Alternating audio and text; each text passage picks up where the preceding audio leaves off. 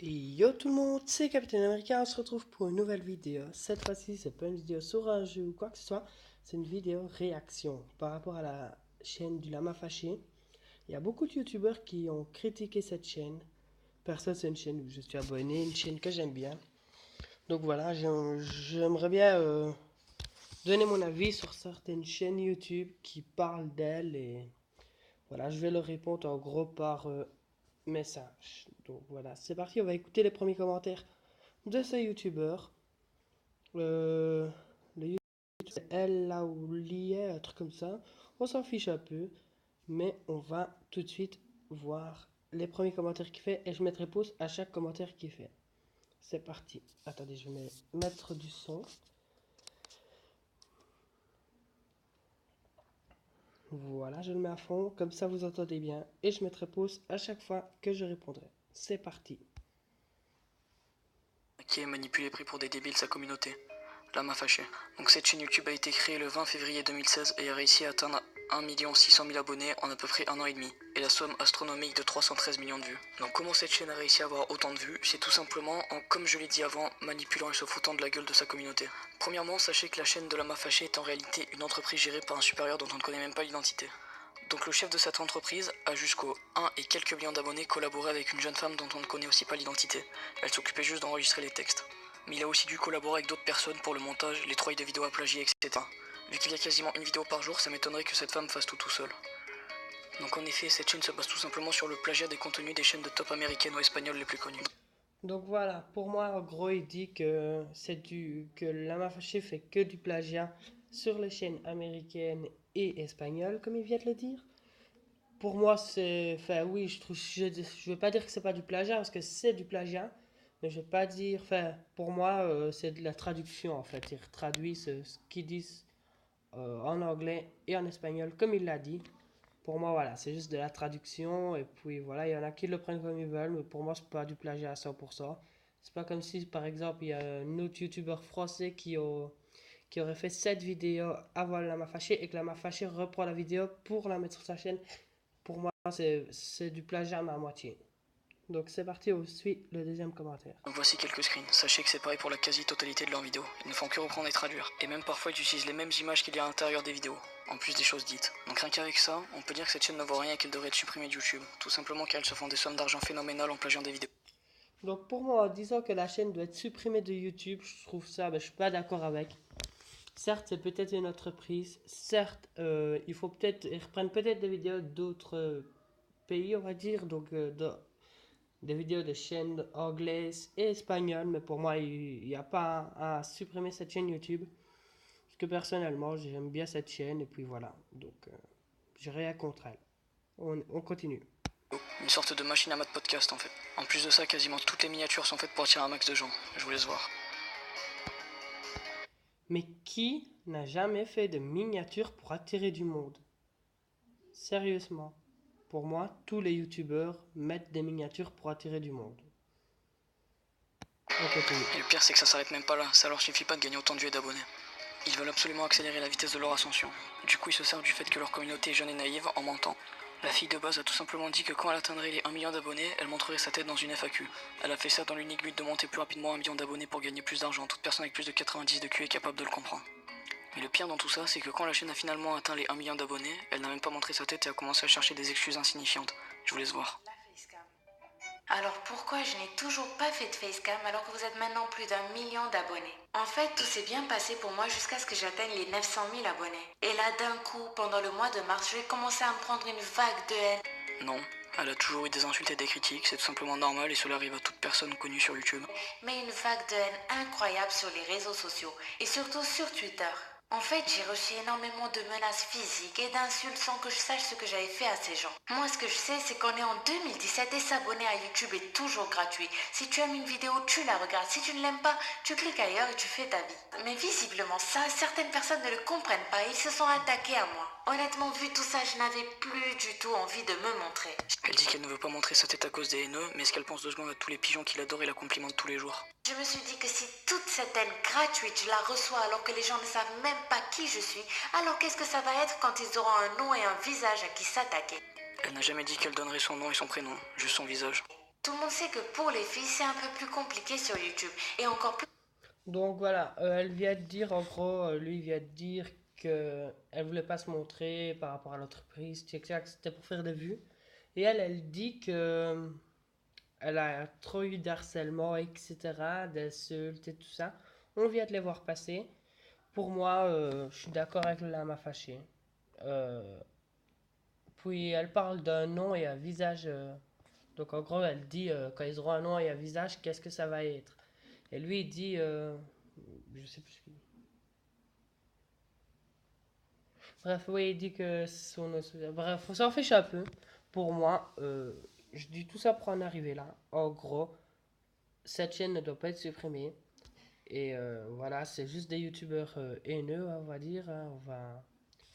On va pas aller par quatre chemins. C'est juste des youtubeurs haineux qui veulent ben voilà, se faire des vues, des abonnés, etc. en faisant ce genre de vidéos. Pour moi, c'est juste dégueulasse. On continue la vidéo. quand la fille en question a 1 million d'abonnés La fille en question, tu veux dire l'entreprise. sans avoir montré son visage. Mais bon, du côté de ma famille et de mon entourage, ça a été encore pire. Car ils ont tout lu et eux qui ne voyaient à la base aucun problème à ce que je me montre, m'ont finalement demandé de ne pas me montrer dans ces conditions. D'ailleurs, j'ai fini par désactiver mon Twitter, mais ça n'empêche que je continue toujours à recevoir des menaces physiques par mail ou sur YouTube. Donc, vu la situation, j'ai décidé de ne pas me montrer tant que tout ça ne se sera pas arrêté. Et je sais que maintenant que vous connaissez toute l'histoire, vous allez me comprendre. Qu'as-tu à dire pour les 1 million d'abonnés?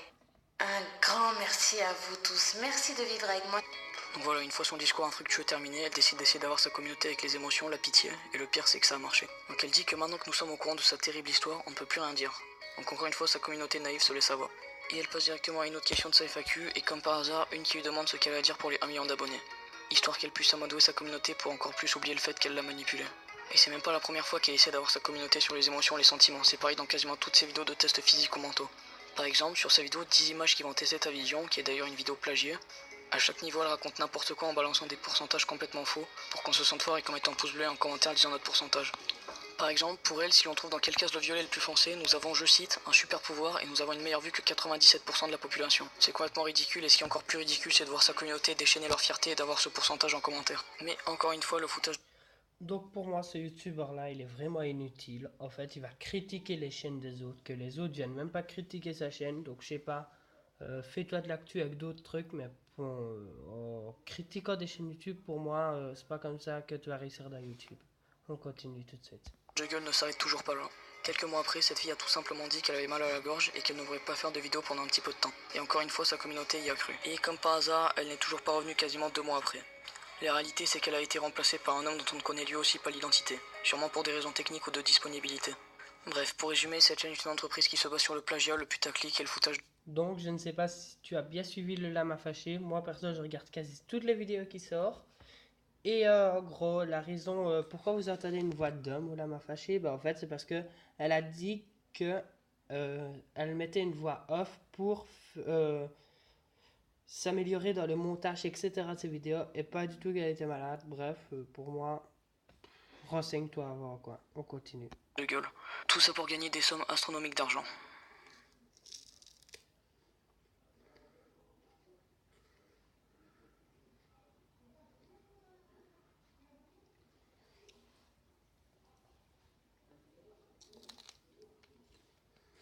Donc voilà, on va continuer avec une autre chaîne YouTube qui a fait ce genre de commentaires aussi, mais qui finit pas par dire la même chose. Donc c'était la chaîne... Voilà, celle-là. Eh bien, salut, bye, Véry de Lama Fâché. C'est parti, écoutons ce qu'il a à dire.